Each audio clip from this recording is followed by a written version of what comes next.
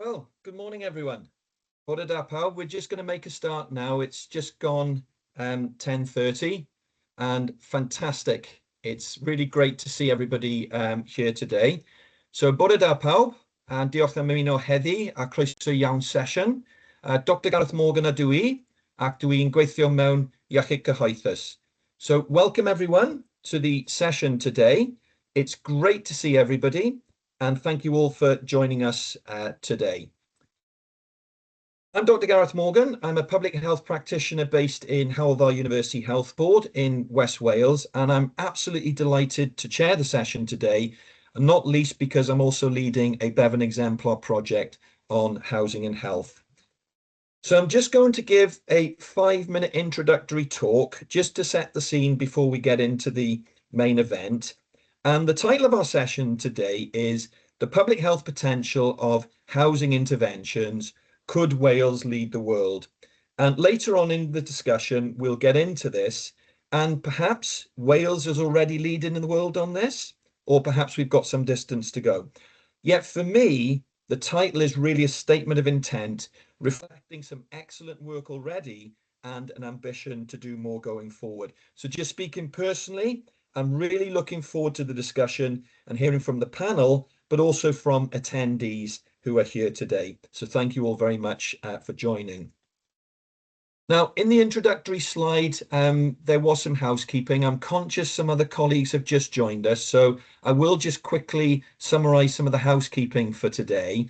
First and foremost, there will be a chance for you to ask questions and engage, and I'll say more about that later on, but you can do that through the medium of both English and Welsh if you wish.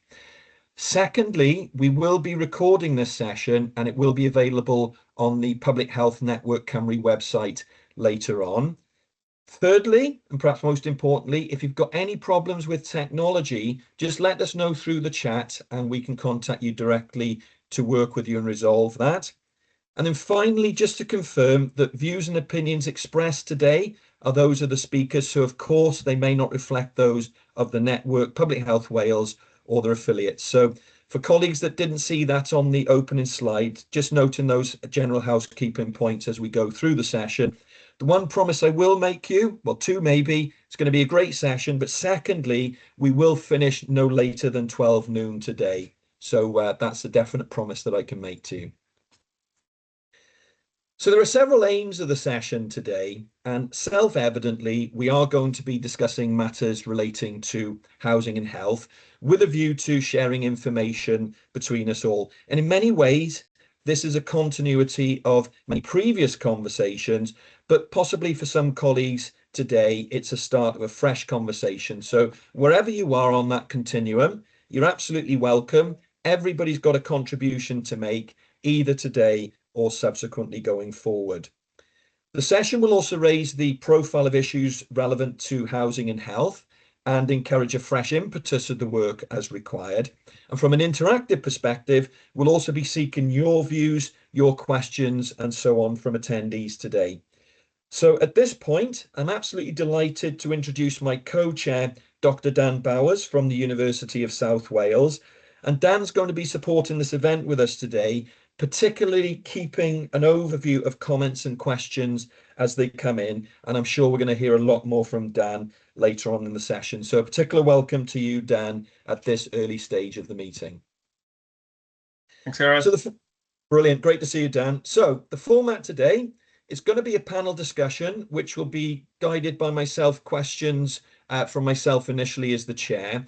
Now, rather than make the introduction to the panel members now, as each panel member comes in, we will ask them to briefly introduce themselves as they contribute. And we'll do this very much in the style of a panel discussion via questions and answer, with each section lasting about 20 to 30 minutes. We'll be flexible. If there's energy on a topic, then of course we want to keep that energy going. We'll also be looking for contributions and questions from attendees, and Dan will be supporting that in particular. And in terms of a structure, we've gone for 3 topics, which probably have overlaps, yet just for clarity, we're going to explore these separately. And as you can see, the sections are topic 1, indoor warmth and cold homes, topic 2, indoor safety and falls risk, and then topic 3, the interface of policy, research and practice in housing and health. And then we'll have a plenary session with some interactive questions as well. And for those that have just recently joined, you have my promise we'll finish no later than 12 noon. If after that time you feel that you've still got contributions to make or you feel undischarged, all I would say is just please contact me and we can pick it up subsequently. So this is my final slide before we actually get into the panel discussion. And it's really a personal reflections and an opener to about this, about public health more generally. And public health often focuses on lifestyle. So we often focus on matters like smoking cessation, alcohol reduction, healthy diet, and boosting physical activity. And all of those are absolutely crucial. Yet there's such a strong evidence base on housing and health. For example, we know that living in a cold home has adverse health effects, which we'll get into. We also know there's falls risks at home, which we'll also get into. Now, the challenge is often the focus within the NHS is on acute pressures. So, for example, admissions to hospital. Yet housing can be a factor in this. So perhaps we can be more proactive with this. And actually, housing, health and social care are an interdependent triangle where pressure on one part puts pressure on another part, with links to unpaid carers also. So just mentioning that broader context. But there's also a health economic case due to the massive costs on the NHS from poor housing, with estimates from Public Health Wales suggesting this could be of the order of about £100 million each year. So there really is an economic case to do something, with even higher economic case on society due to lost productivity. Now, just finally, colleagues may know this, today is the International Older Persons Day, and of itself important given that healthy ageing is also dependent on good housing, and not least because we're seeing more and more health and social care delivered in the home environment. So it's actually really timely that today is October the 1st and International Older Persons Day. So without further ado, we're going to get into topic 1, which is about indoor warmth and cold homes. And please engage with us with comments in the chat, or if you want to contribute, raise your hand and I'm sure Dan can pick these up. Can I just ask panel members, remind them to introduce themselves briefly before they contribute? And we've got some questions here, which I'll briefly run through. Why is it important that people remain warm at home during colder weather? What are we currently doing with respect to this? And what more needs to be done across Wales? So can I start this off by inviting my colleague Joe Seymour from Warm Wales. So Joe, if you could just firstly introduce yourself, and then if you could start by offering your reflections on this topic for us. Thank you, Joe. Hi, thanks, and thank you for giving me the opportunity to be able to speak to you all today about a topic which I am very, very passionate about. As I said, yes, I'm Joe Seymour. I'm Partnerships Director for Warm Wales. We are currently a community interest company, but we are transferring to become a charity, and we are all about affordable warmth and trying to alleviate the impact of fuel poverty on people across Wales. When we look at the impact of living in a cold, damp home, obviously we know that those people who are older, who have got underlying health conditions, are more adversely impacted by cold, damp homes, looking at respiratory conditions, asthma, cardiovascular. But it also has a massive impact on people's mental health and well-being, looking at it from an anxiety and depression perspective. But it's not just on adults. There is also now more and more impact on children, especially those that are more vulnerable. So those children that are living in cold homes, they're not able to keep warm, obviously from a physical perspective, but also from a mental perspective. And obviously this can then go on and have an impact to do with school attainment and also their wider well-being. But these issues aren't just isolated. It does sort of reflect the systematic issues that do need a systematic solution to be able to deal with all of the wider impacts, because we currently know, and today also is the day that the price cap has also been announced. So our energy bills are also increasing. Our energy has increased, the cost of our energy has increased by 41%. And obviously that then means that the cost of how much it will be to put our heating on has gone up. the cost of food has gone up, the cost of fuel has gone up. So there's a number of things that are all having an impact on how we're able to keep our properties warm. When we look at the number of people who are in fuel poverty, when we talk about fuel poverty and we talk about keeping warm, we know what temperatures we need for those people who are more vulnerable from an indoor temperature perspective. If you're spending 10% of your income on your energy, you are then classed as being in fuel poverty. If you spend more than 10%, then there are then obviously even more issues with regards to how much you're going to be paying for your gas and electric. Recently, the Welsh Government released their fuel poverty statistics. And again, these do not look good because there are more and more people who are in fuel poverty or in severe fuel poverty.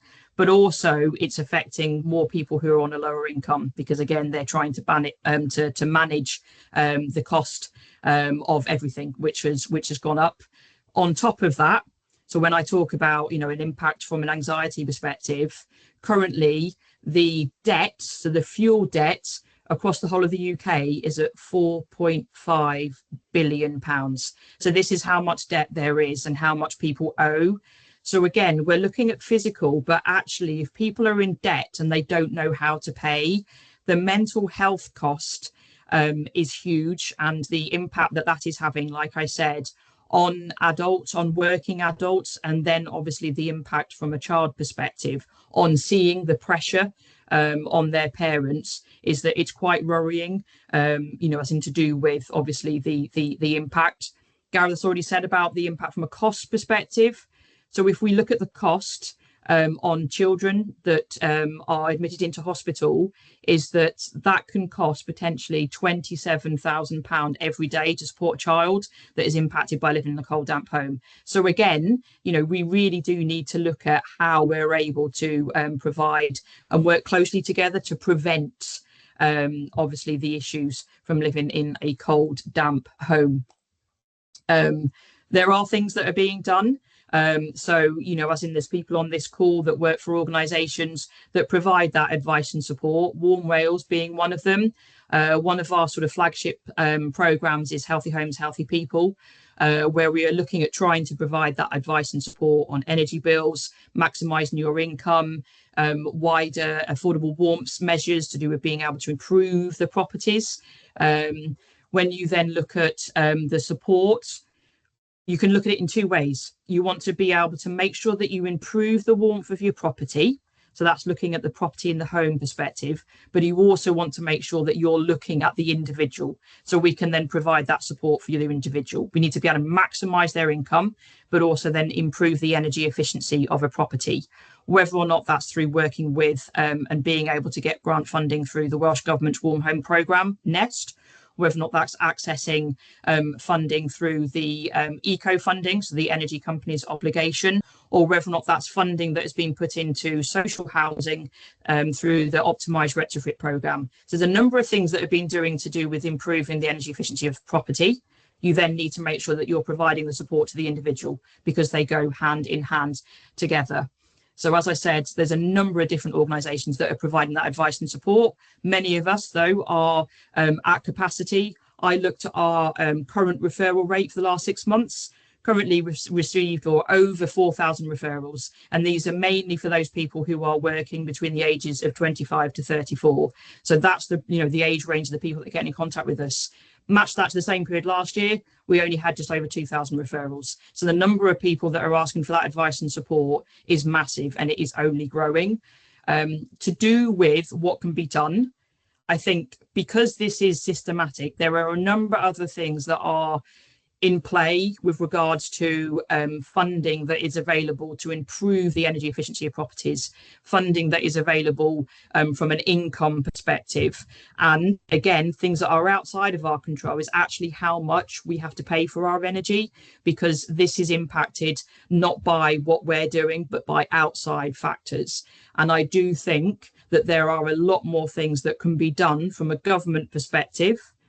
From a Wales perspective, they are doing what they can with regards to funding that is coming in, but more needs to be done.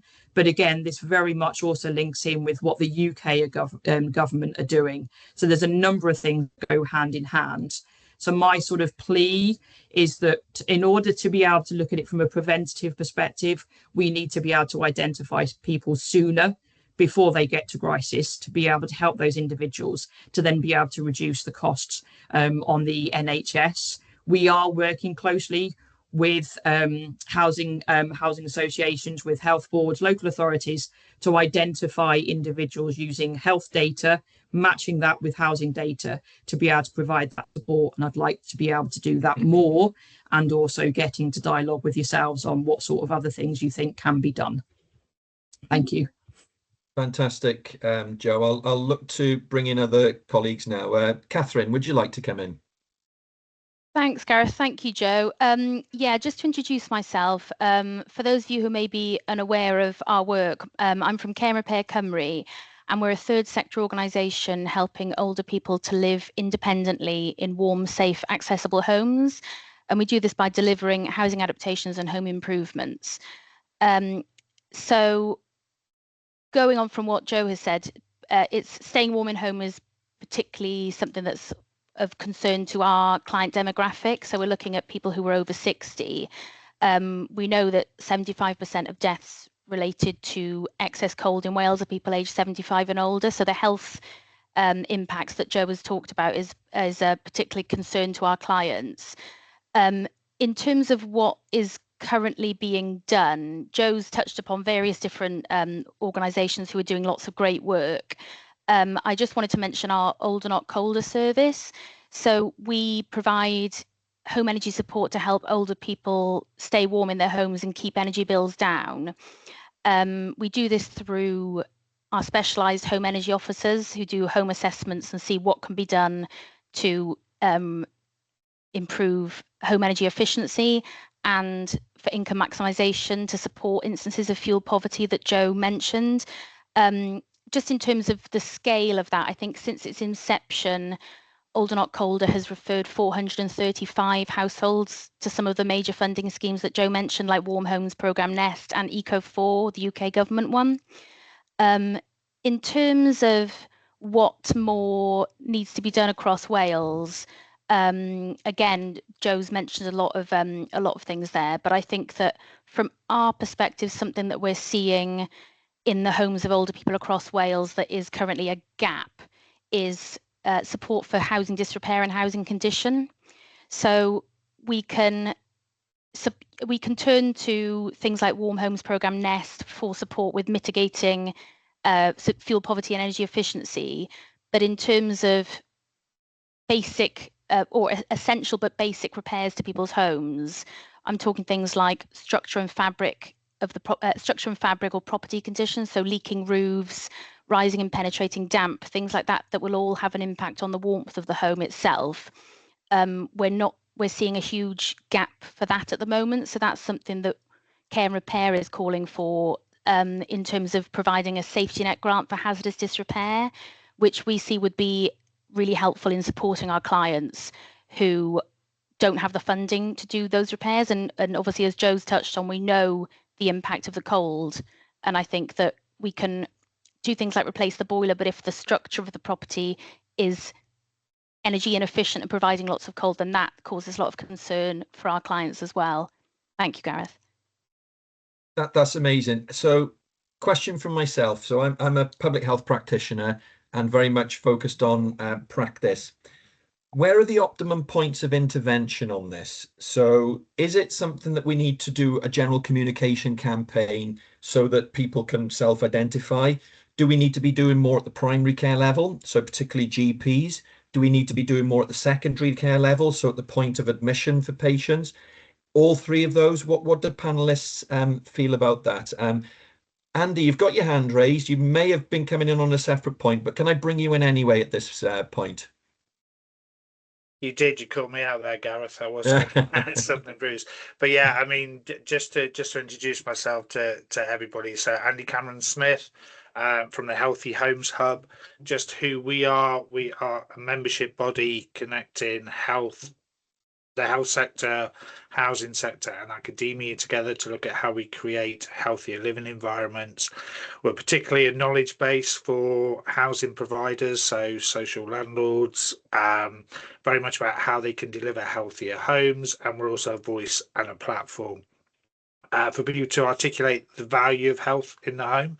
So bringing in on that point, Gareth, you were talking about communications. That was going to be my focus of my kind of comments, because I think I'm probably the most least qualified person on the panel, but I'm a communicator. That's what I deal in.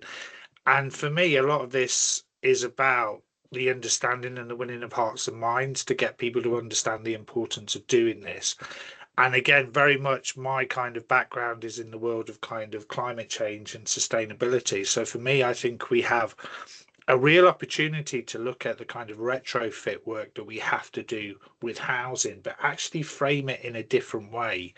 That at the moment, we're very focused on energy efficiency, we're very focused on reducing carbon emissions, but we're not talking about the health impact and the health benefit to people of undertaking this activity. And I think that gives us the real opportunity to engage people in this, because I think, you know, from your question, Gareth, there about, is this a communications challenge? I think most things that we are dealing with when we're looking at the scale of change is that communications issue and that communications challenge, and how we get people to buy in. And I think one of the points I was going to come in on was very much, I know we're talking about the warmth of homes, and it's pertinent now as we go into the kind of autumn and winter season, but I think the summer has also showed us we have to tackle the overheating issue in homes as well at the moment. So we really need to be looking at that kind of 365-day-a-year solution, and this is where I think placing health and health outcomes at the centre of housing provision can make a real difference and a real change. There's lots of fantastic work going on and being tackled, but we almost need to take a step back and understand we spend so much of our times indoors, in our homes, in our work premises, in such premises, that we've got to put more of the emphasis on the health of that building and that environment that is in there for that to come through. So that was really going to be my point, and add to the conversation that I think we have a real chance. And picking up on Joe's point, I think if we can really intervene and get people to understand, we can start to tackle both physical and mental challenges that are around this and about that quality of housing. And I think as my challenge, Gareth, you said before we came live, challenge the sector is, I think we know how to do this, and we need to really push ourselves. And the housing sector sometimes works a lot to minimum standards, and we know we can go beyond that. So I think our challenge has to be, let's not fix something today to create problems of tomorrow. Let's solve the problems of tomorrow today. Fantastic. Thank you, Andy. Dan, would you like to come in? Sure. Yeah, I think Andy's made some great points there, and I agree. I was about to raise the issue of overheating as well, because I think, you know, that's increasingly going to become an issue. So my name's Dan Bowers. I'm head of psychology USW, and I also lead the Health and Housing Research Network that we have. So I think Andy made some really good points there around, like, a lot of this stuff already exists. There's huge amounts of technology that could kind of make a big kind of dent into some of the significant challenges here. From a psychological perspective, obviously, which is where I'm particularly interested, there's a really interesting question around how ready people are to accept this new technology in their new homes, how, like, comfortable they feel with the concept or the notion that there might be monitors all the way through their house, what that data does, where it goes, who has access to it, what it means for them in practice. And there's also some kind of basic questions around, like, what is that technology requesting of me as labor in my day, new things I have to do, new things I might have to engage with, new things to learn. And we're already talking about people who are potentially living very complex, very challenging lives. And so we've got to think about, how do we, like, manage that process for them? I think one of the other things that's really interesting in terms of the sector more generally is it's hugely complex. It is very, very, very complex to navigate, which is why we need so much of the work that, you know, Joe's team and Catherine's team are doing, is just purely navigating how complex that system is. And even where you look at the bits you can really grab a hold of, so if you look at the social housing sector, which we do a lot of work with, you look at ORP, which chucks 100 million quid every year or every cycle into optimized retrofit.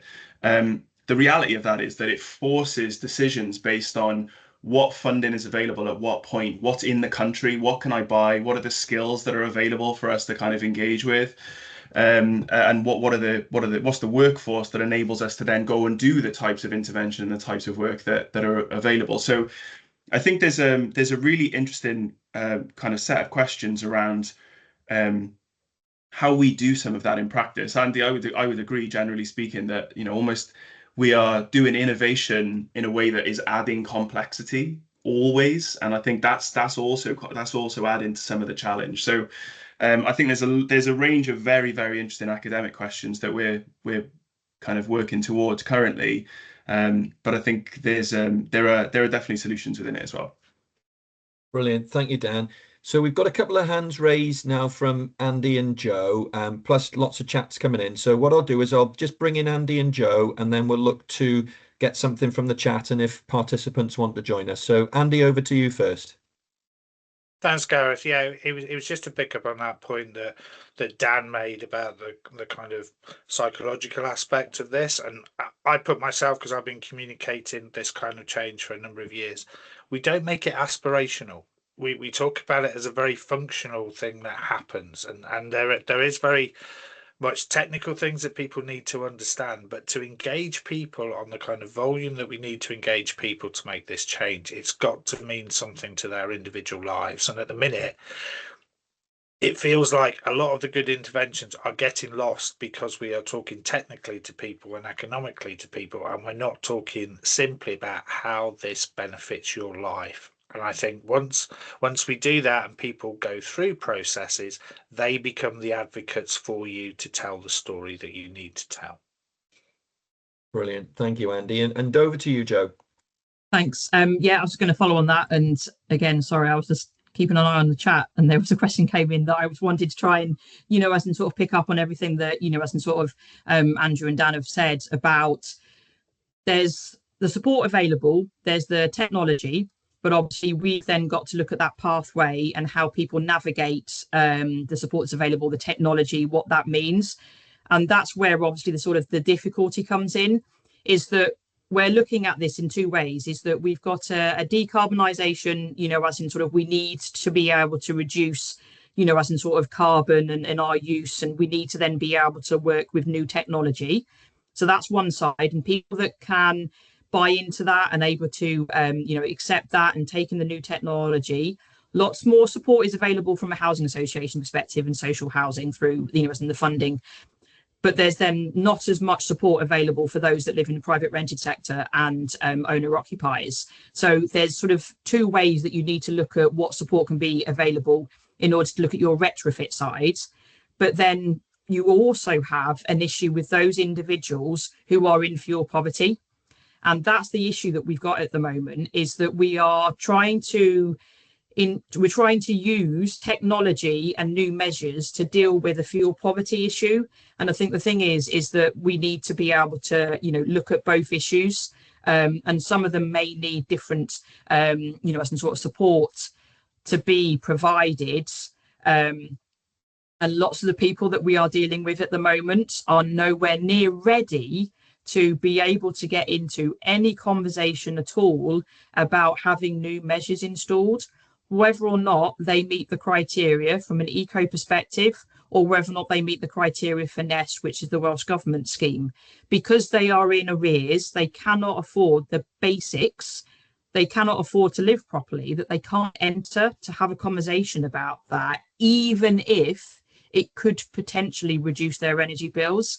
And I think that's when we then go, we need to be able to promote more, but the prevention, which is again going back to the question that you ask about what more can we do, that's where this needs to be an awareness raising sort of campaign, but from a perspective of everyone that comes into contact with someone needs to be able to ask the questions and understand that your home environment is fundamental. We have got to be asking more people about their home environment, whether or not they can keep it warm, whether or not there's dampness, whether or not they can, as in keep their energy, put their energy on. Are they going to bed early? They've got to be alarm bells. And as soon as that's mentioned, we need to then start them on that journey all the way through.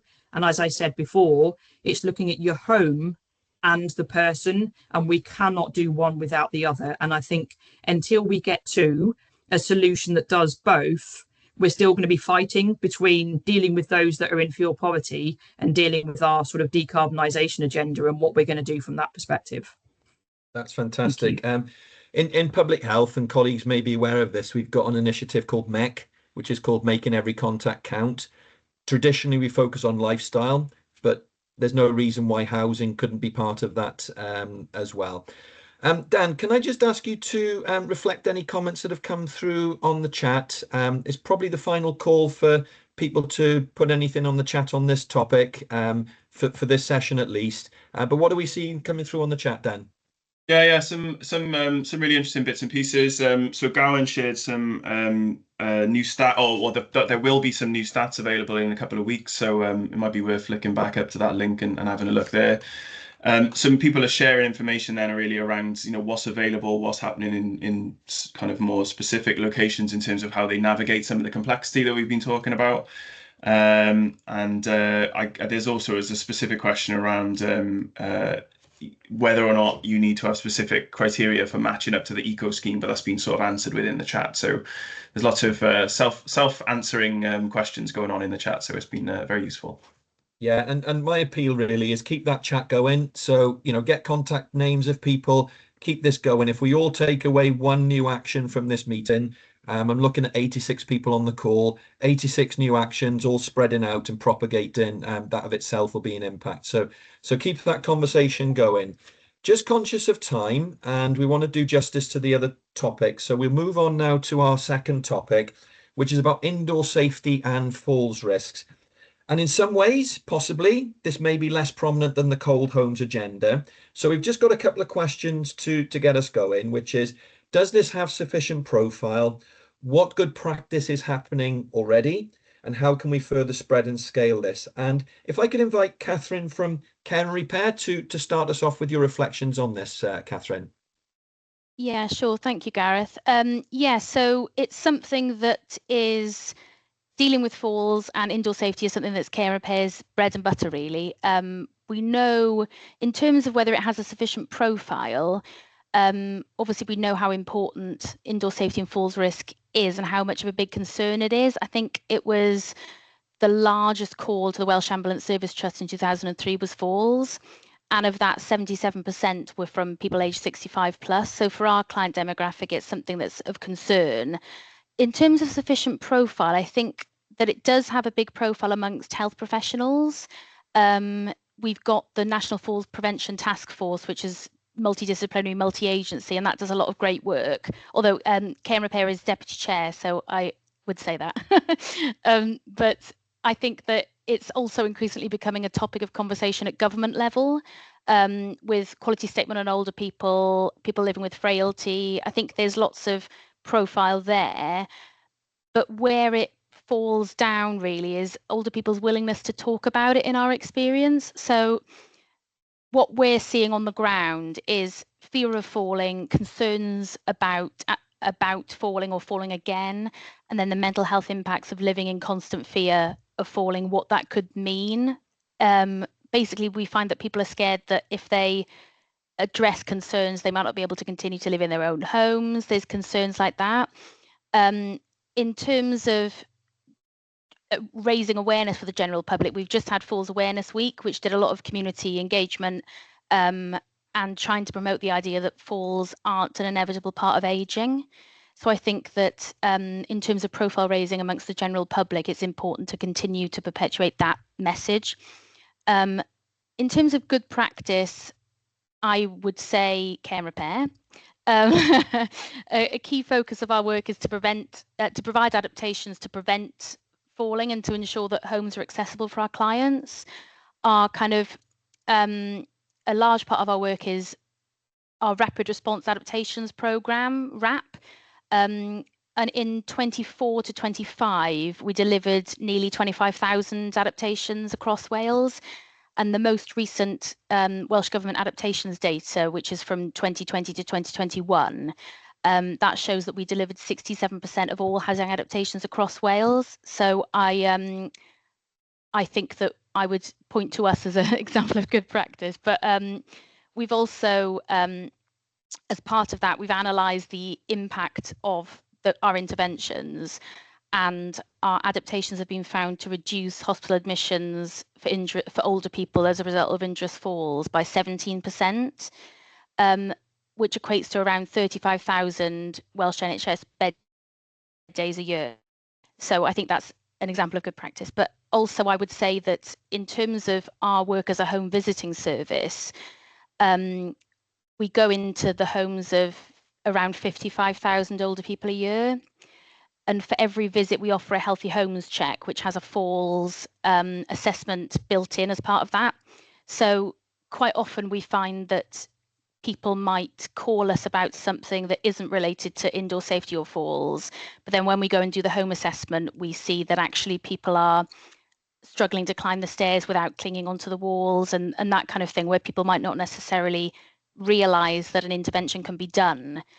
But our caseworkers all have trusted assessor qualifications, so we can assess and fit adaptations in the home. So I think that's being able to enter the home and do those assessments is vital to seeing what's actually going on. I think that in terms of spread and scale, multidisciplinary approach to falls prevention is great. I think that the fact that there's a falls prevention lead in every health board is great.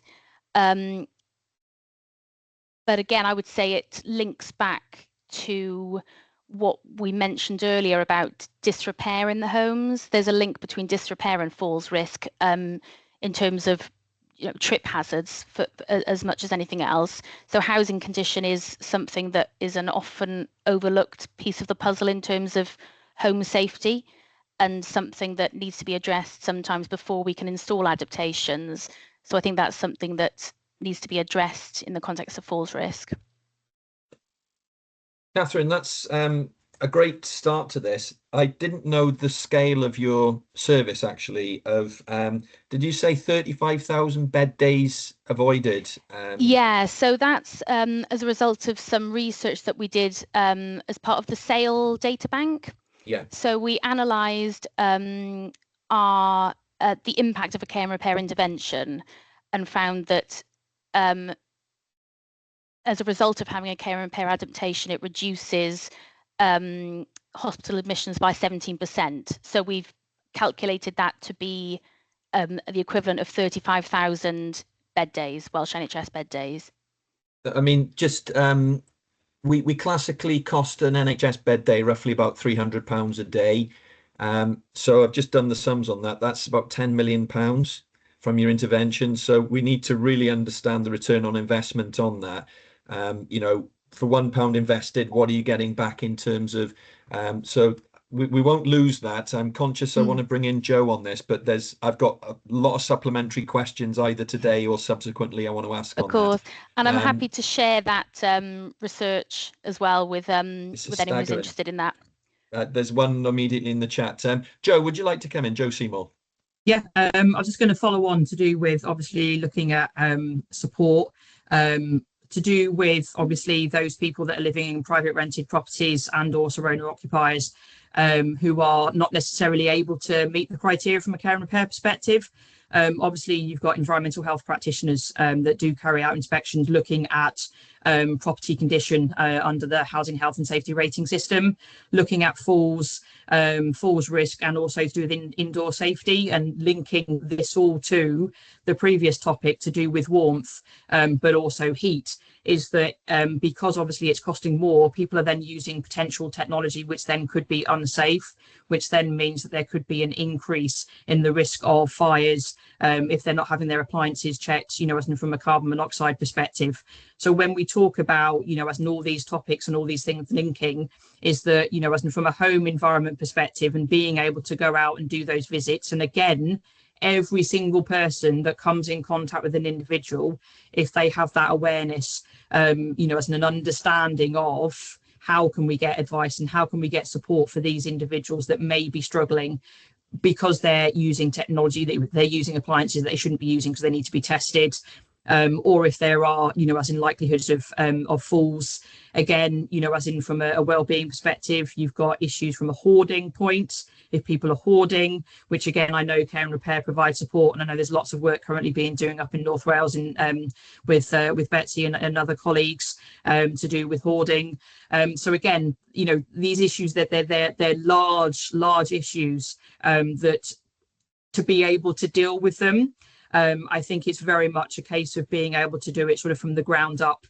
Colleagues need to be able to want to change, to want to work together, to be able to then, as in sort of facilitate that change, which hopefully then gets reflected from the top down.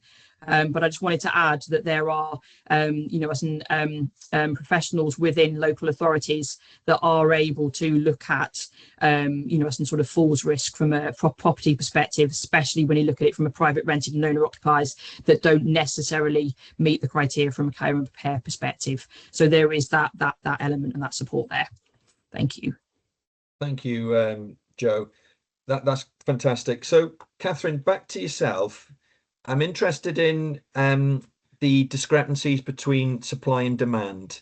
So obviously, as an agency, you've got a limited capacity, and I think I've read in the chat about obviously there's funding constraints around that. In terms of demand, I'm assuming there's quite a lot of unmet need out there. Do we have any data about that? Do we know what? Are you only dealing with 50% of the challenge, 30%? Have we got any idea of roughly what further we need to do and how much we need to scale this up by? So for our rapid response adaptations program, I would say there's always more demand. I don't have the stats to hand for the specific demand for RAP, but outside of that, there are other kind of funding streams for adaptations that we know have considerable waiting times, like disabled facilities grants. Yeah. So that's the funding for that is provided across by different local authorities across Wales. So the picture for that, there's quite a considerable waiting time. It's difficult to give an exact figure on that because the exact waiting times aren't published at the moment. Yes. But we're hearing anecdotally things like 18 months to 2 years waiting for disabled facilities grants. So that's something that there could be increased transparency on the waiting times to fully understand that and to be able to put forward some potential solutions there. But that's something that we're seeing as a kind of source of complaint, really, the complexity of that. Yeah. And just a supplementary, and then I'll look to Dan to give us some feedback from the chat. But classically, where are your referrals coming from? Is there a lot of self-referrals, and do we need to do more to raise the awareness amongst healthcare and social care professionals about this? So for general adaptations, it can be self-referrals. So that can be just people calling us for referrals. We've also got a program where we work with hospitals to help support quick and safe discharge. So yeah. A program called Hospital to a Healthier Home, which many people on the call might be familiar with. Where we look at people when they're in hospital and work with medical staff and occupational therapists to assess what their needs will be when they leave hospital, and to try and get people out of hospital as quickly as possible if they're ready to do so. So there we would receive referrals from hospital staff then, or perhaps in relation to the hospital staff speaking to the family or to the client. But that's something that is embedded in, I think, 17 hospitals across Wales. So we've got good relationships with hospital staff there. But is the implied part of that then that this isn't universal practice across Wales? Or are we starting to see this more systematically delivered across Wales? The adaptations that for RAP is across Wales. So we've got, we're based in every local authority across Wales. The disabled facilities grants is again all across Wales, but local authorities might treat that differently. So there is some variation, but it is across Wales. Okay. Again, I feel I want to pick up on this subsequently as well. Dan, could you just give us a bit of feedback on what's happening in the chat at the moment? Yeah, sure. It's there's again lots of people asking questions there, then getting answered within the chat, which is great. One of the things, just from my own perspective, I think Vicky McCall up in the University of Stirling's done some really, really brilliant stuff around understanding adaptations in Scotland that might be useful here. So like she's definitely worth looking up, I would suggest. Yeah, so we've had a couple of things that we've already been mentioned around like, you know, sufficient capital as a barrier here, as you know, it's just being able to kind of get enough money in to meet the demand. We had some people asking questions around specific, like where's the referral coming from? So kind of come from primary care, but then other people talking about actually it's a combination of some things from health, some things from the LA, some things from individuals. So it's a kind of a bit of a mixed bag. Earlier on in the chat, Martin McVeigh kind of posted around some of the way in which some of the language and policy is framed here that I don't know if he wanted to expand on. I thought it was a kind of interesting point that he might be interested in kind of moving forward here, because it might be an interesting way of considering the conversation. Fantastic. Thank you, Dan. Does any of the attendees want to come in with a question or further comments on this? We're probably needing to move on to the next session shortly, but really a final call if and indeed panel members, if anybody else wants to come in on any of this. Yes, Catherine. Thanks, Gareth. Yeah, I just wanted to flag that my colleague Faye has just put some more statistics about RAP in the chat about cost and the cost per adaptation and the increases we're seeing. So if anyone's interested in further stats on that, they're in the chat. Amazing. Fantastic. And yeah, I want to look through the chat as well and see what we can harvest from this going forward. Okay, final call for comments on this section before we move on. In which case we will move on to topic 3, and I'm just conscious of time about this, but I really want to do this particular bit justice. Possibly this might seem a little bit dry, but actually for me, this is potentially the most important part on this. This interface between research policy and practice. And what's fantastic about this call today is we've got colleagues in attendance from all of those worlds. So we've kind of got a very unique opportunity here. Again, I'm just going to put a few questions here. I've probably got quite a few things to say myself on it, but I'm conscious of my role as chair, so I won't jump in with my own reflections and challenges and so on. I'll leave that to others, but I will put my views in shortly. But a few questions to get us going, really, which is, in terms of research, policy and practice and that interface, how well is this currently aligned in Wales? Are we seeing duplications or omissions? And again, back to this ambition, how could Wales lead the world? Now, Dan and I as co-chairs had a bit of a conversation on this yesterday. And Dan, we should have recorded what you said, by the way. But would you like to just start us off on this one, Dan, and then we'll bring other panel members in? Yeah, sure. Yeah, happy to. I think it's worth kind of starting by saying that I'm a housing interloper, and I'm only really here by accident, which seems to be the case for a lot of people who end up doing stuff in housing. But as a kind of like generally a new person to housing over it's only been the last couple of years really that we started doing stuff. I think there's a lot of fragmentation and there's a lot of duplication. So I work a lot with social housing. Within Wales, you've got 30 odd RSLs. And often they're all kind of trying to do projects on the same 4 or 5 topics that are not necessarily linking and being coordinated in a useful way. So I'll give you an example. We're talking about a project with some colleagues not long ago looking at minimum digital living standards, which if you could think about this in context of this conversation we've been having today, better use of technology, better able to access better tariffs to be able to afford your better access to affordable heat, etc. It's really, really important. And they had a project where 9 RSLs had gone collaboratively, they got money, and they had 9 different approaches to data collection, 9 different approaches to doing the project, and 9 different approaches to doing the analysis. Well, what that means is that it's very, very difficult to draw that together and to draw bigger conclusions that are then enabling us to make kind of bigger recommendations around policy or bigger recommendations around kind of changing how we're doing things in practice.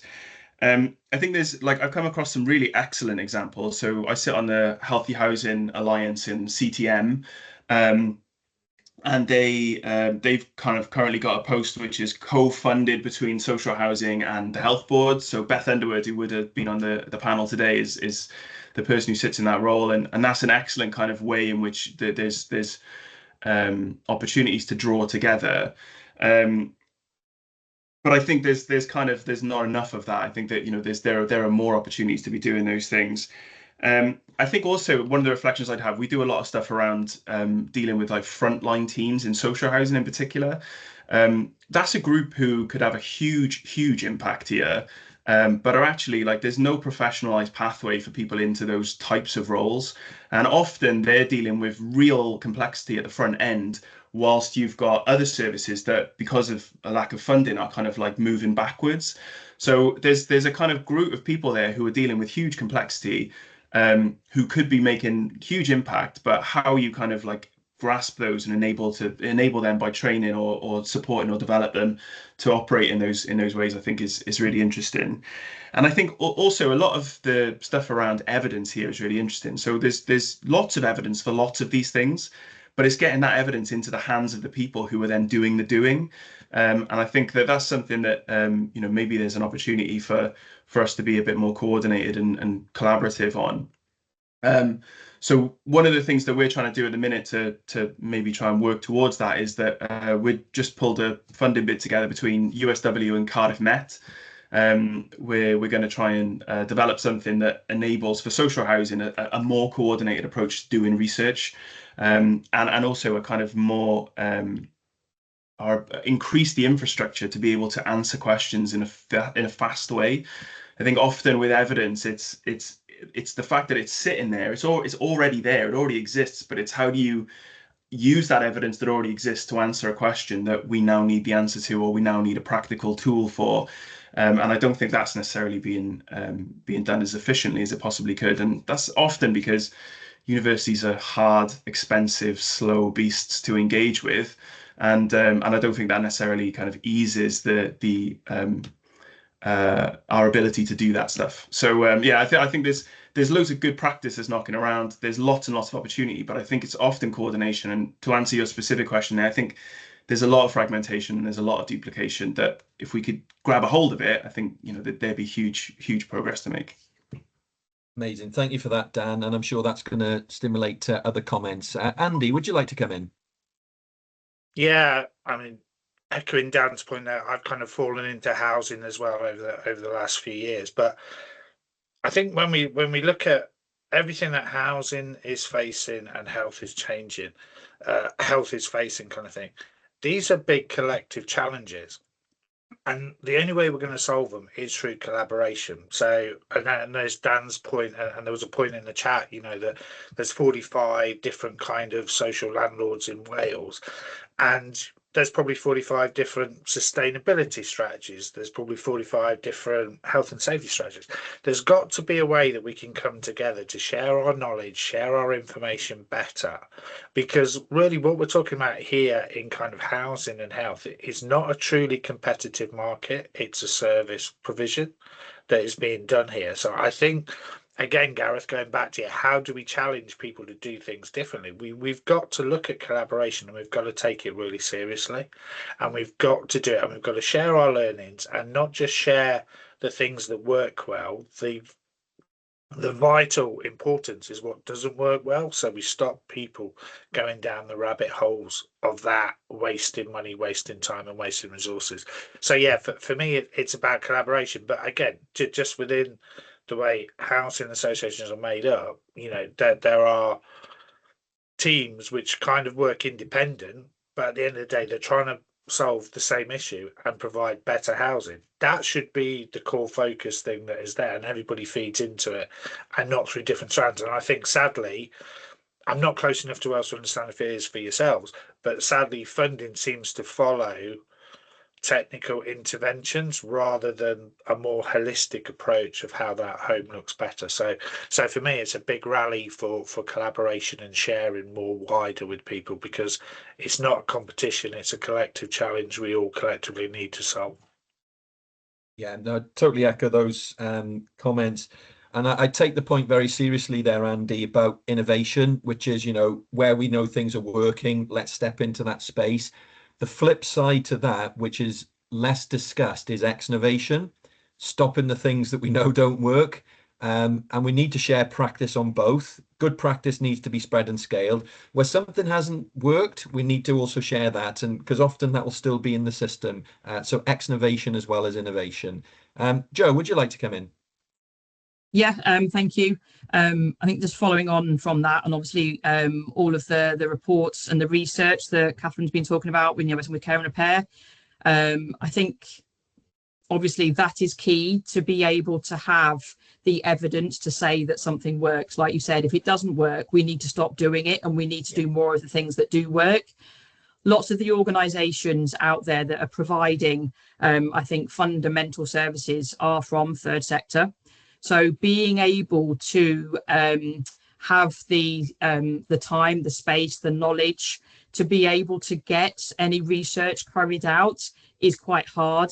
And I think that's, again, a key thing to do with being able to link universities with third sector organisations to be able to really demonstrate that something works, because that's lots of the difficulties, is that in order to be able to secure funding to keep a service going, we need to be able to prove that something works. We all try hard to be able to get that evidence.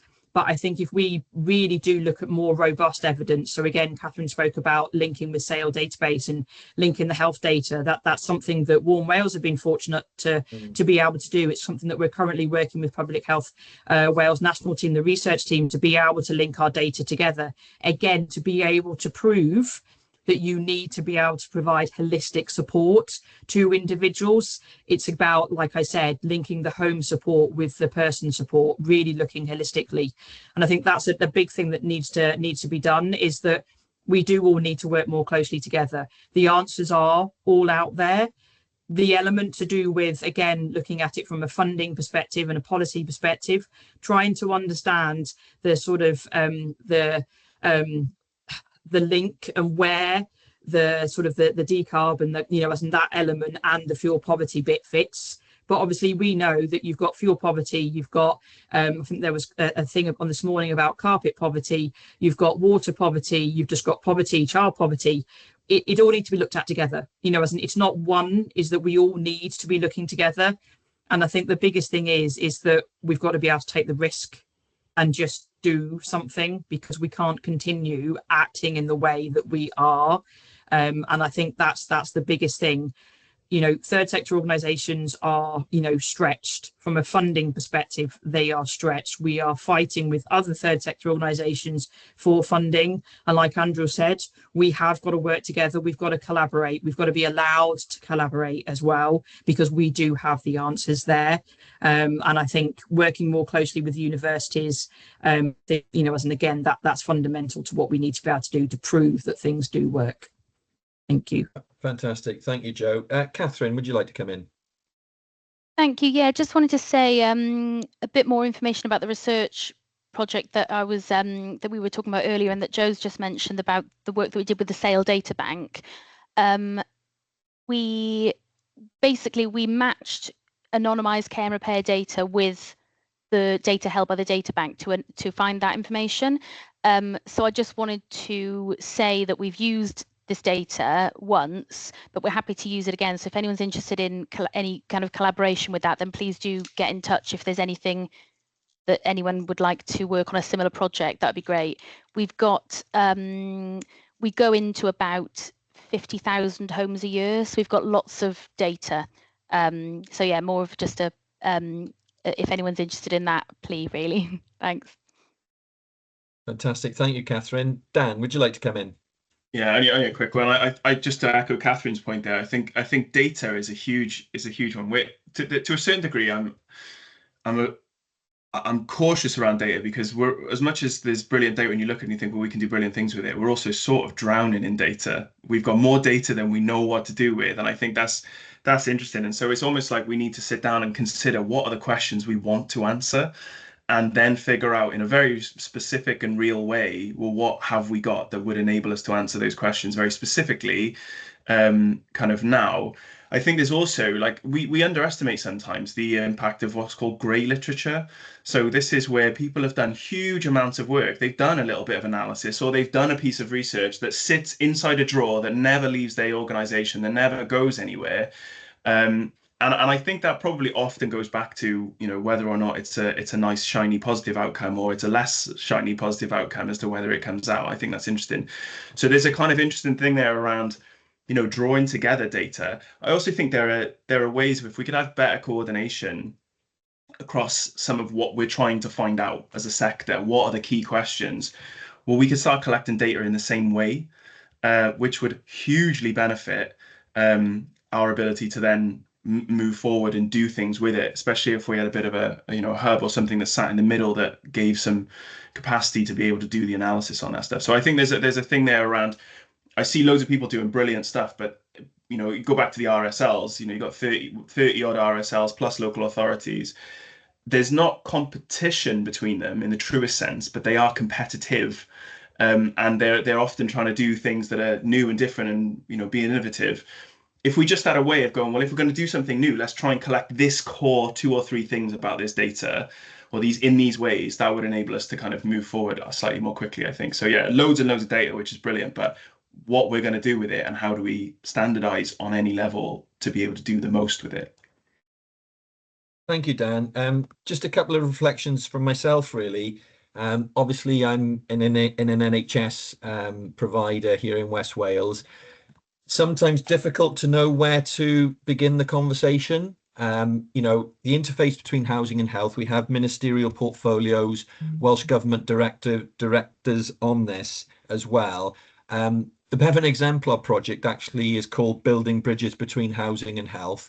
Just as a bit of trivia, but I think it's probably relevant, is Aneurin Bevan, the founder of the NHS, also held the portfolio for housing as well. So historically, there's been these tie-ups. There's certainly a policy gap also, I think. So every winter, we go on a mass vaccination campaign. We know there's circulating winter viruses. So very rightly, we do quite an expensive, high-profile vaccination campaign. But every winter, the weather gets colder, and we need to be doing more about this. And we know that winter pressures, there's a significant contribution from cold homes. So where it works really well, there's some fabulous practice in Wales at the moment. But firstly, is it systematic across Wales? And secondly, is it scaled to the right level? And the problem is, where does that fit? Is that an NHS priority? Is it housing priority? Is it both? Who leads on it? And I think that the query about complexity is very germane to that as well. You know, how do we move from that? Because we've got enough evidence. The question is now, how do we mobilize that evidence into, you know, a proper implementation? And the public health potential of this is massive, hence this conversation today. So Dan, can I come back to you? What are we seeing coming on in the chat at the moment? Lots. There's tons knocking around in the chat. There's some really, really good points around, you know, social housing is only making up about 16% of the overall housing stock. So it's also the bit that's easiest to get a hold of, I suppose, which is why it often gets a bit of disproportionate kind of focus. So how does that link with things like town planning? So Sandra's making that point. So people talking about, you know, frustrations on the ground, that actually it's difficult to make some of those things happen. Some stuff from Gawain and Holly around some of the work that they do around drawing together data and statistics already, which was useful. I just sent them a message to say, can we have a chat? So that'd be great. Yeah, Gawain's made the point as well around kind of having the courage to support financially and politically to, you know, sort of get some stuff done. So you know, trying to get behind things where we can see that they're good or they're working or that it would be really worthwhile doing something, you know, trying to align behind those things. Yeah. Look, I mean, this is a start of a conversation, and it almost really begs for us to come back online in a year's time or 18 months time to check what has been the, you know, ongoing momentum with this. So yeah, absolutely take all those comments very seriously. Andy, would you like to come back in? Yeah, it's not a point. It's just a reflection on a point you made, Gareth, about complexity. And I just wonder why we seem to make everything so complex for us to try and solve some of these issues. You know, again, yeah, speaking to some of the largest housing providers, obviously based in kind of England and stuff here, they talk about their simple kind of approach is to provide better homes, and then complexity gets layered onto that in all the different kind of ways. I just, maybe this is the simple communicator in me that, you know, sometimes I think we need to take a step back and just understand what it is we are fundamentally trying to do, and try and corral people together to push that. And that's where you need to identify, well, where's the research that we need? What's the policy environment to do that? But we get over inundated with different kind of policy initiatives every 6-12 months. And I think one of the big problems we have, and I don't think we can solve it because it's the political cycle, is there's too short-term thinking in the political agenda. It's based around an electoral cycle rather than some of the issues we're talking about here today pay back in 15, 20, 25, 30 years time. But when you kind of have that conversation, and I've been in the room, I'm not naming any politician, but that seems to fly by them because they are focused in a short-term kind of way. So yes, there is a need to address the immediate issue, but we've got to have a way of looking at how we develop the right solutions and involve the right people to look at this in a longer term benefit. Because I do worry that we're very good at putting sticking plasters on, but we create issues further down the line. And I'll get off my soapbox in a minute, but the thing that worries me at the minute is I keep hearing this call that we're going to build 1.5 million new homes in the lifetime of this parliament. No one talks about them being sustainable homes. No one talks about them being healthy homes. And it worries me that in 5-10 years, we're going to go, oh my God, we've got another 700,000 homes to retrofit on top of the homes that we're behind retrofitting anyway. So I suppose my plea is that we do need to look longer term, and we have to take responsibility that we have, as Dan says, so much information to our hands now that none of these challenges are coming out of the blue to us. We understand them. We understand some of the solutions. So we owe it to ourselves, but to the next generations, to actually look beyond the immediacy of some of this stuff. Right, I'll get off my soapbox now and back to you. No, stay on it, Andy, because, you know, we're not going to see change without it. I'm sure the panel members know, and members of the attendees will know also, that there will be a subsequent publication on this topic around this, and we'll certainly pick up some of those points in those papers that are coming out about that need for sustainability, to think intergenerationally. You know, healthy homes, healthy aging, they all go hand in hand. So yeah, just to mention that we've got that as a pending topic. So just a final appeal now for anything further from the panel or final contributions coming into the chat. I can see the chat's very busy. Before we go on to a bit of an interactive session, we've got about 20 minutes left. We will finish at 12 noon, but we'll just start to move on to the final parts here. But keep those chats coming in. So just a bit of an interactive section really here. And what we've got is some questions. It's a semi-scientific interaction, really. We're trying to get people's ideas around where you would baseline ourselves at the moment in terms of what we're currently doing on housing and health in Wales. And for me, personal reflections, not to bias the answers when they come in, and we'll put up something interactive shortly. But Wales is a beautiful country in many ways, and one of them is population size and geography. There's very few countries that you can drive from end to end in half a day. Okay, we won't get into a debate about roads and transport, but you can get from north to south, east to west, southeast to northwest in half a day. So we're quite connected in Wales. 3 million is quite a decent population size to do something innovative and show that. So the potential is there. So we've got two questions, and the first is a baseline question about how well you think we're currently doing. We've done it on a 1 to 5 scale there. It's a semi-scientific, so don't worry about calibrating it too much, but 1 is very poor, 3 is average, 5 leading the world. And also the second question is, how well do you think we can do in future? Now, the problem with that question is we've probably got the most enthusiastic people in Wales in this call at the moment. So, you know, we need to represent the sample on this. But Jamie, can I invite you to get this into an interactive way, how we can do this part now for people to feed in their views? I think there was a scale that we could put up, wasn't there?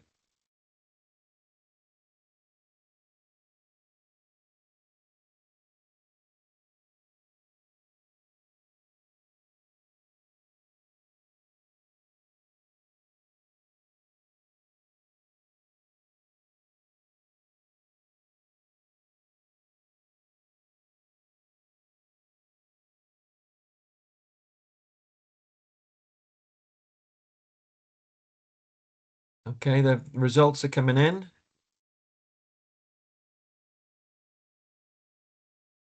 We've had 40 responses so far, and I'm seeing an average of 41, 2.6, 44, 2.6.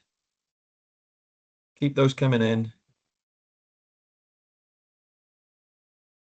So just in terms of a percentage, we're kind of just over the 50% mark, if my calculations are correct. So how well do you think we're currently doing? Probably about average, 50%. We'll just give it another, the responses are still coming in. Just give it a little bit longer. But it's stabilizing about 2.6. And Jamie, could you put the second question up for us as well now, if that's all right?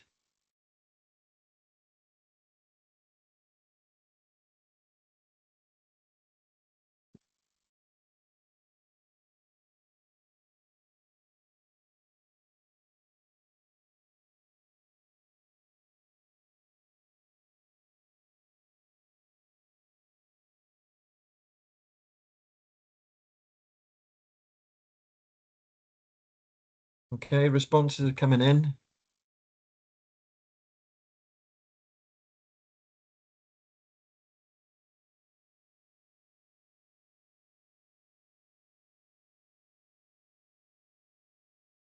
There we are, they're starting to come in now, sealing that dial shift.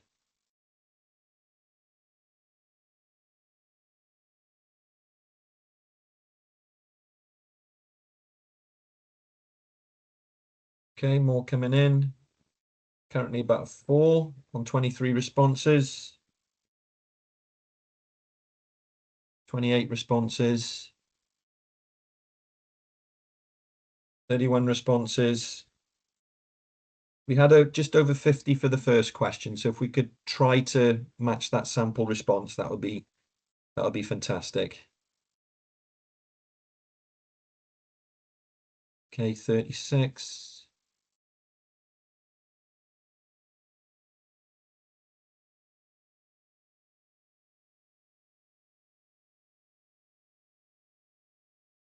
Okay, just give it another 30 seconds.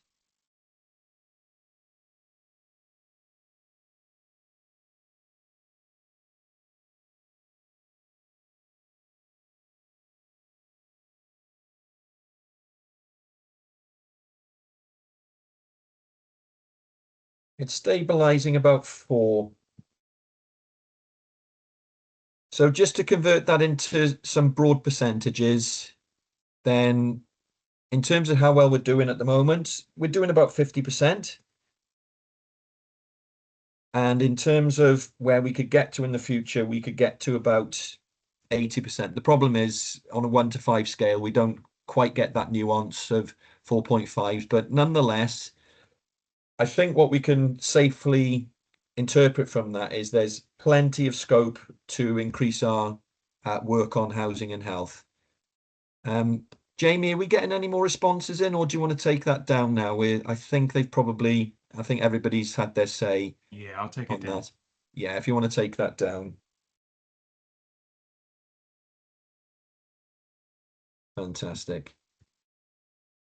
So I know that's an unscientific survey, and it's also of the most enthusiastic people in Wales, hopefully, on this call, but I think there's ambition here, isn't there? And the opportunity for us now is to lead this, to take forward those practical steps. Does anybody want to come in and, it's an anonymous survey, but just tell us about why they scored things in a particular way, what they see as the next steps might be. It's been a fantastic conversation so far. I'm very keen this doesn't end up as a recording and something that we go away. What more can we do going forward? So does anybody want to come in either from the panel or from wider attendees?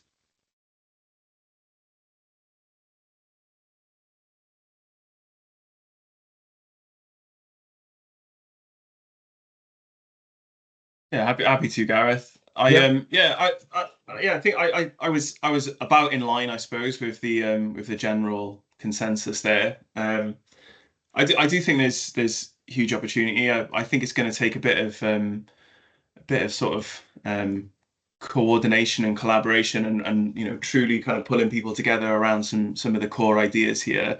But as with most things, it's about finding the mechanism to make it actually tick and work. A lot of people have talked about barriers being around, capital, capacity. Andy spoke really well about complexity, and actually sometimes we need to just cut through the complexity, because we can say everything's complex until the cows come home. So there's a kind of sense here where, maybe we need to be picking the 4 or 5 big questions here, and then finding the mechanism to allow us to get around them and really start to move forward with them. So I do think there's loads of potential, excited to see where we can take it. Yeah, fantastic. And just a sort of more local plea from myself. So here in West Wales, Hywel Dda University Health Board, we've actually got a community of practice going. So the Bevan Exemplar project that I'm working on, it's a 4-stage project. Stage 1 or phase 1 was a good practice guide. So if anyone on the call wants to see a distillation of the evidence base into some targets that you can work on, I'm happy to send that out. Phase 2 was a very practical implementation of that in the West Wales area, which we've done through a community of practice, where we're focusing particularly on indoor warmth, but other housing issues as well, really strongly underpinned by partnership working. We're currently involved in phase 3 of the project, which is spread and scale across Wales. There are some fantastic projects, and I mean absolutely fantastic projects in Wales. And just to show that I'm non-partisan, we've got some great stuff in Hywel Dda. There's some great stuff in the Aneurin Bevan Health Board, some fantastic stuff in Cwm Taf, other parts of Wales as well. We want to spread and scale that so that they're not just happening in each area, but they're happening in every area. So there's some good stuff there. Phase 4 of the project is looking for that national programme. I think these kinds of conversations are key milestones in that. So if you're not involved in these conversations but want to be, please get through to myself. Plus, of course, Dan's work with the work he's doing with the University of South Wales, some research projects, that interface between research, policy and practice. For me, that translational research, what I call that real-time, real-world impact, the profiling. So please, everybody get involved in this, and to colleagues that have asked for a copy of this, absolutely, we'll get this sent out with colleagues. But engage, basically, please, let's make this happen. I think that we can make this happen. There's enough here. There's not a cavalry to save us. We are the cavalry, basically. So, Dan, are we seeing anything in the chat that's coming through of interest? A few people kind of put in like interesting things that they're offering up for people to have a look at. So Gowan's put a major plug with a to be fair, with a warning associated with it. So fair play to it. But so there's some stuff there around who to contact. Some stuff around kind of like multi-generational stuff, some stuff around looking at the setting that sits around the house as well. So kind of like taking this beyond just the bricks and mortar and the inside environment and the things that are sitting around that, which I would agree with. But that's about where we are, Gareth. Yeah, fantastic. Just for colleagues to know, one of my challenges for setting this session up today was not the sections that we were going to include, but the sections that we weren't going to include. One of the things that I think is for another day, but just to put this in, is around isolation and loneliness often occurs in people's home. There's also some excellent partnership opportunities with the fire service, who do home safety checks. They've spoken at one of our community of practices. So, you know, this conversation, I could have easily put it for a 2.5 hour session. I thought that would be too much to ask of colleagues. But there are other things that we haven't really got into today. So I'm just going to do some wrap-up comments now, and I'll also invite panel members to make any comments. In fact, why don't I do that first? Is there anyone on the panel that wants to make any observational comments before I make some final wrap-up comments? Marie-Claire? Well, I guess I haven't spoken yet, so it's a nice opportunity for me to speak. And one of the complications, Andrew, I think that there is for me, as part of the Hoarding Action Research Group, is whatever you want to implement into people's homes, generally they have to have the space to implement it. So one of those themes for me throughout all this is, how do we help people maintain an uncluttered environment? So I'm just throwing that out there to think about hoarding, and an uncluttered environment is key to a healthy home or a warm home, or anything you want to do within the home. You have to have the space to be able to do that. And a lot of the reasons people have a cold home or a damp home is because they're living in cluttered situations. Yeah. And how we sort that out, that is a complex issue. Yeah. So just to throw that out there. Yeah, and you're absolutely right, Marie-Claire, and that's another topic that we could have easily filled a session on. I also saw in the chat earlier on from a colleague in Betsy about the homelessness agenda. For me, again, this could have been a whole topic, but the correlation between housing security and health security, we know that some of the worst health outcomes occur in people at risk of homelessness, and of course the rough sleepers as well. So I think what we're saying is we could have easily have doubled this length time, and perhaps there will be an opportunity to pick those up in subsequent sessions. So Catherine, I'm going to just give you a final word from the panel, and then I'm just thinking I'll probably need to wind the session up with a few closing remarks. So Catherine? Thanks, Gareth. Just briefly wanted to reiterate what Marie-Claire was saying about hoarding being a point of concern, and just to mention that that's obviously a link between hoarding and falls risk as well, just general slips and trips. But just to mention that, yeah, that could have been a whole topic in itself. Thank you. I won't go on. There's, as you say, I think each individual section we could have actually had a whole hour and a half on cold homes, because there were things that I wanted to bring in, but we're just time constraints today. Okay, I'm just going to start to bring the conversation to a close. Please keep things coming into the chat. If you feel undischarged, then absolutely come back to me, and we can certainly have that conversation. But first and foremost, I just want to thank everybody. A lot of people have been involved to make this possible today. So colleagues in Public Health Wales from the organisational side, and panel members. I've got to say a particular thanks to you, Dan, as my co-chair, for supporting me through this and for your input today. Plus, of course, all the attendees to have made this possible. We are going to be doing a short evaluation, which will be coming on screen shortly. We're really grateful if you could complete that. So thank you for doing that, Jamie. The other thing that I would just ask colleagues to do is, if you do have future topics of interest for similar sessions going forward, then if you could just let Public Health Network Cymru know, and that's something that they can work with you on. So if you can just encourage you to complete this section. I'm just going to pause while I do it myself. Even as a participant, I'm going to do this. I'm going to tell you I found this extremely valuable.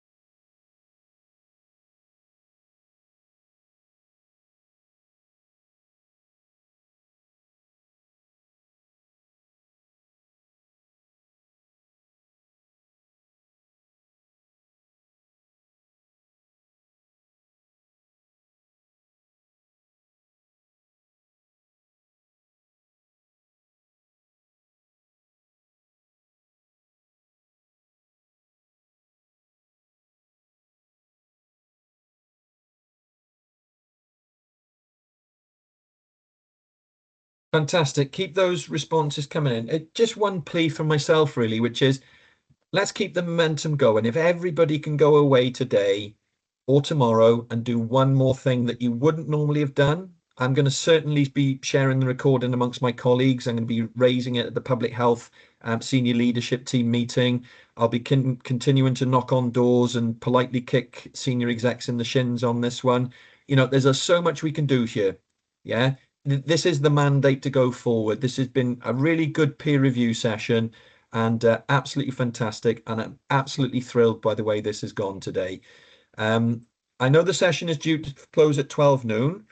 For those that wish to leave and have completed the survey, have a few minutes time back, have a good rest of the day. For anybody else that wants to just have 2 minutes with myself, I'll be the last one to leave the room. I won't leave until midday. So if you do want to catch me, that's fine. But I'm just going to go off mic now. Thank you all very much indeed. It's been an absolute pleasure working with you today. The session has flown by, and oh, we've got a hand raised. Did you want to come in there? Was that a hand raised? Someone wants to come in? Or is that thumbs up? I can't see. I think I might be confusing hands raised with thumbs up. But I'll still be the last one to leave the room. So if you want to catch me, or if you want to catch me subsequently, please do. But I'm just going to mute myself now. Thank you so much.